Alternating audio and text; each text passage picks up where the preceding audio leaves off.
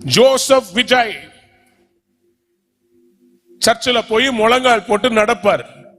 Election முடிச்ச உடனே வேலை எடுத்துக்கிட்டு போறார். மனைவியை தள்ளிவிட்டு வேறொரு பெண்ணோடு வாழுவான். பிளேன்ல போவான் வருவான்.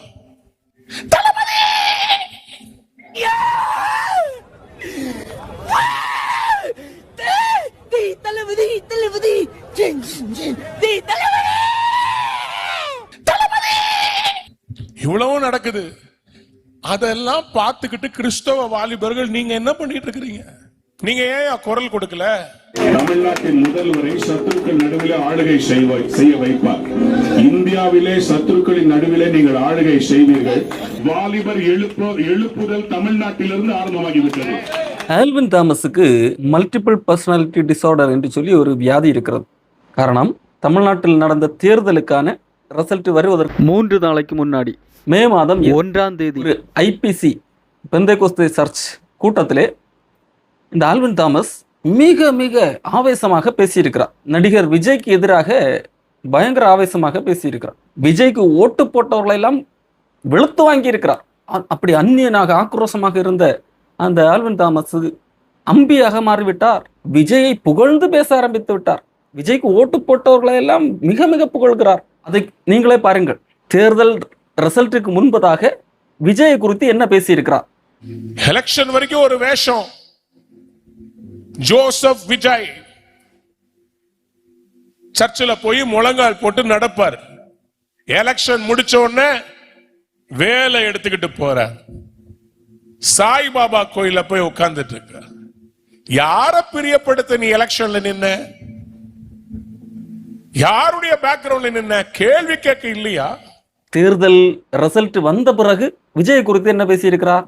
ஐயா, முதலமைச்சர் விஜய் அவர்கள் முதலமைச்சர் பதவியில வர்றதுக்கு முன்னாடி அவரை யாரும் கண்டுக்கல, பெரிய தலைவர்கள்லாம் யாரும் பார்க்கல. என்னைக்கு அவருக்கு கையில ஜோசப் விஜய் ஆகிய நான் அப்படின்னு அவர் சொன்னாரோ அன்னையிலிருந்து கம்பெனி பெரிய பெரிய கோடீஸ்வரங்கள்லாம் லைன்ல நின்று அவரை பார்க்க விரும்புறாங்க. இன்னைக்கு ஒரு ஷிஃப்ட் உங்க லைஃப்ல என் வாழ்க்கையில் நடக்குது. இன்னையிலிருந்து நம்ம ஆள செய்ய போகிறோம். ஆளுகை செய்ய விரும்புறவங்க மட்டும் ஒரு அல்லேலூயா சொல்லுங்க. தேர்தல் ரிசல்ட்டுக்கு முன்பதாக விஜய் குறித்து எப்படி பேசியிருக்கிறார்?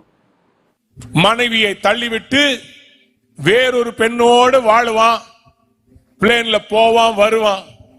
அவனை எனக்கு தலையா வேணும். கிறிஸ்தவன்னு சொல்லி நடிப்பான். அவன் தான் வேணும். தேர்தல் ரிசல்ட்டுக்கு பின்பதாக விஜய் குறித்து எப்படி பேசியிருக்கிறார்? நான் நம்புறேன் அவருக்குள்ள ஒரு ஒரு ஒரு கிறிஸ்தவம் இருக்கிறது. அதை கர்த்தர் ஆளுகை செய்யட்டும், அவரை ஆசீர்வதிக்கட்டும். தேர்தல் ரிசல்ட்டுக்கு முன்பதாக விஜய்க்கு ஓட்டு போட்டவர்களை எப்படி பேசியிருக்கிறார்? ஏன்னா இன்னைக்கு ஒரு தலைமுறையே டிஸ்டர்ப் ஆகிருக்குது சார். என்ன மாதிரி ஒரு தலைமுறை? ஒரு வாலிப பெண் சொல்லுகிறா, எங்க அண்ணனுக்கு பணம் இருக்குது, அவர் யார வேணா வச்சுக்குவாரு, ஏன் என்ன கூட வச்சுக்குவாரு. காசு இல்லாதவங்க கூட 10 பொண்டாட்டி 10 புருஷனோட ஜாலியா வாழ்றாங்க. எங்கள்கிட்ட காசு இருக்கு, நாங்க வச்சுக்குவோம், வச்சுக்காம போவோம். எங்க அண்ணன் கூப்பிட்டாருன்னா நான் கூட போவேனா? 1000 தங்கச்சி இருக்கிறோம், 1000 அக்கா இருக்கிறோம், பொண்டாட்டியா கூட இருந்துட்டு போறோமே. எங்க தளபதிக்கு நாங்க நிப்போம். Where is the morals of Tamil Nadu? தளபதி!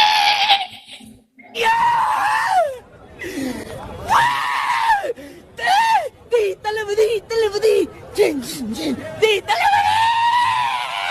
தளபதி! அதுல ஒரு பொண்ணு முடியெல்லாம் பிடிச்சுக்கிட்டு, ஐயோ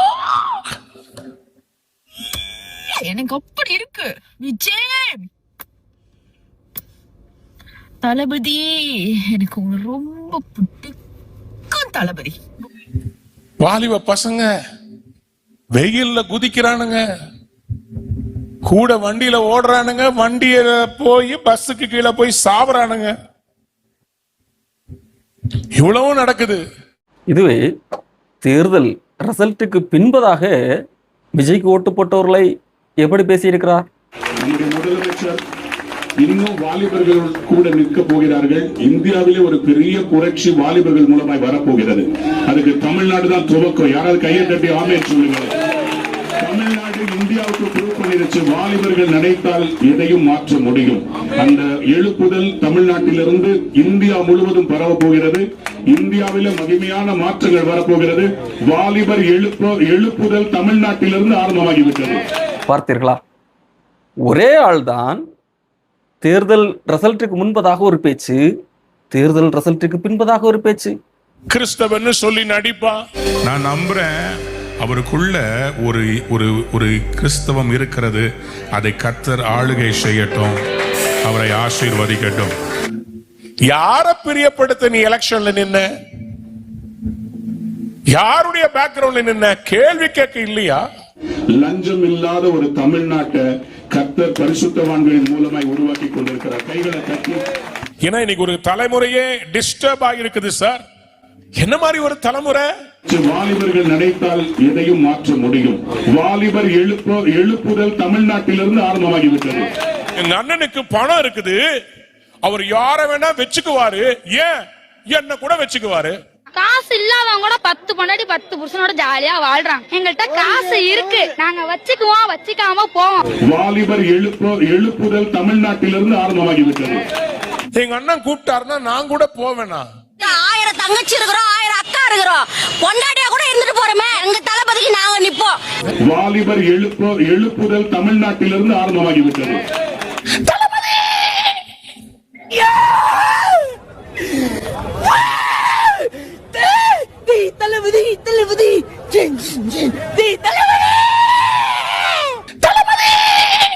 வாலிபர் எழுப்புதல் தமிழ்நாட்டிலிருந்து ஆரம்பமாகிவிட்டது. முடியெல்லாம் பிடிச்சுக்கிட்டு ஐயோ. வாலிபர் எழுப்புதல் தமிழ்நாட்டிலிருந்து ஆரம்பமாகிவிட்டது. கூட வண்டியில ஓடுறானுங்க, வண்டியில போய் பஸ்ஸுக்கு கீழே போய் சாவறானுங்க. வாலிபர் எழுப்புதல் தமிழ்நாட்டிலிருந்து ஆரம்பமாகிவிட்டது. இப்படிப்பட்டவர்களை ஏன் கேள்வி கேட்கவில்லை என்று சொல்லி எவ்வளவு உக்ரோஷமாக பேசுகிறார். அதெல்லாம் பார்த்துக்கிட்டு கிறிஸ்தவ வாலிபர்கள் நீங்க என்ன பண்ணிட்டு இருக்கிறீங்க? நீங்க ஏன் குரல் கொடுக்கல? நீங்க ஏன் சொல்லல? நீங்க ஏன் ஒரு போஸ்ட் போடல? நீ அதெல்லாம் வேடிக்கை பார்த்துக்கிட்டே இருப்பல்ல. ஆண்டா என்ன என்ன நடந்தா என்ன, நான் பாட்டுக்கு என் வாழ்க்கைய பார்த்துட்டு போ. உனக்குள்ள அக்னி இருந்துச்சுதா நீ எலியாவ மாதிரி சும்மா இருக்க மாட்ட. ராஜாவா இருந்தாலும் ஆகாபு ராஜாவே, நீ செய்யறது தப்பு, சொல்றதுக்கு தில் இருக்குதா?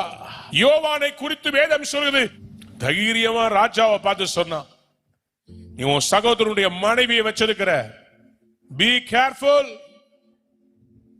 அதனால்தான் அவன் தலைக்கு வேட்டு வச்சாங்க. இன்னைக்கு யோவான்கள் எங்கே? இந்த நபருக்கு சபாநாயகராக மாறி இருக்கிற ஜேசிடி பிரபாகர் முன்பதாக பேசக்கூடிய ஒரு வாய்ப்பு வந்தது. யோவானை போல பேசக்கூடிய, கேள்வி கேட்கக்கூடிய வாய்ப்பு வந்தது. அப்பொழுது இந்த நபர் என்ன செய்தார் தெரியுமா? டிவிகேவினுடைய வெற்றியை தன்னுடைய வெற்றி, கடவுளுடைய வெற்றி, கிறிஸ்தவர்களுடைய வெற்றி என்று சொல்லி கொண்டாடுகிறார்.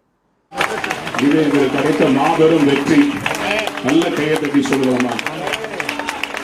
ஆராய்ந்து முடியாத பெரிய காரியங்களை, எண்ணி முடியாத விஷயங்களை கர்த்தர் நிச்சயமாக உங்கள் மூலமாய் செய்வார்.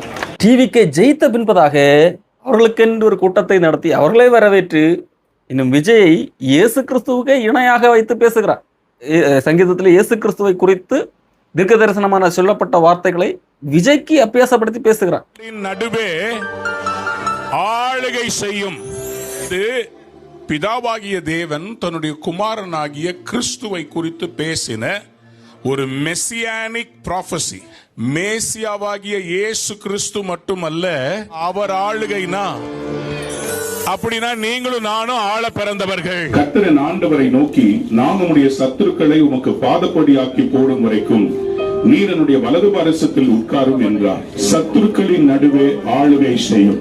தமிழ்நாட்டின் முதல்வரை சத்துருக்கள் நடுவில் ஆளுகை செய்ய வைப்பார். கர்த்தருடைய செங்கோல் உங்களுக்கு நேராக நீட்டப்பட்டிருக்கிறபடினால் நீங்கள் ஒரு யூதா கோத்திரமாக ஆளுகை செய்வீர்கள். உனக்குள்ள அக்னி இருந்துச்சுதா நீ எலியாவ மாதிரி சும்மா இருக்க மாட்ட. ராஜாவா இருந்தாலும் ஆகாபு ராஜாவே, நீ செய்யறது தப்பு, சொல்றதுக்கு தில் இருக்குதா? தமிழ்நாட்டின் முதல்வரை சத்துருக்கள் நடுவில் ஆளுகை செய்ய வைப்பார். தேர்தல் ரிசல்ட்டுக்கு முன்பதாக இந்த டிவிகே வெற்றி பெறாது என்று சொல்லி கணித்து அதற்கு எதிராக பேசுகிறான். இவன் நினைத்ததுக்கு மாறாக டிவிக்கே வெற்றி பெற்று விட்டது. ஆகையால் அவர்களுக்கு பாலிஷ் பண்ணி பணம் பெற்றுக் கொள்வதற்காக இப்படி பேசியிருக்கிறான். இதை நான் சொல்லவில்லை, ஆல்வின் தாமஸே சொல்லுகிறான்.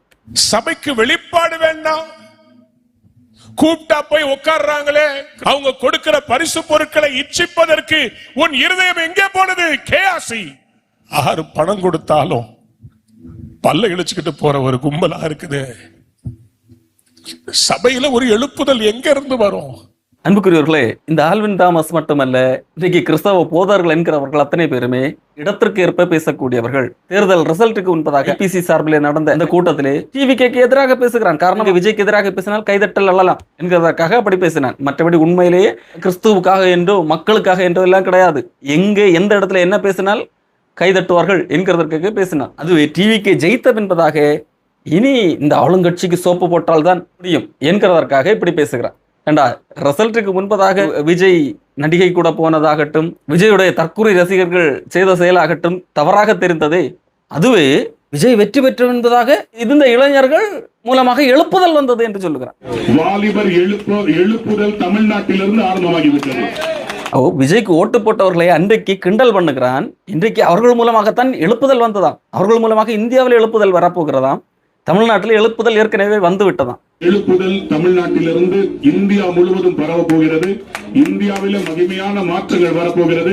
வாலிபர் எழுப்புதல் தமிழ்நாட்டிலிருந்து ஆரம்பமாகிவிட்டது. ஏன்னா இன்னைக்கு ஒரு தலைமுறையே டிஸ்டர்ப் ஆகிருக்குது சார். என்ன மாதிரி ஒரு தலைமுறை? என்னடா பேச்சு இது? அன்புக்குரியவர்களே, சிந்தியுங்கள், தியானியுங்கள். இந்த பச்சோந்தி இருக்கும் அல்லவா, இடத்திற்கேற்ப நிறம் மாறக்கூடிய ஒன்று. அது யார் என்றால் ஆல்வின் தாமஸ் மட்டுமல்ல, இதை போன்ற அநேக கள்ளப்போதர்கள் இருக்கிறார்கள். சிந்தியுங்கள், இவர்களை பின்பற்றுவதை விட்டுவிட்டு சத்திய வேதத்துக்கு திரும்புங்கள்.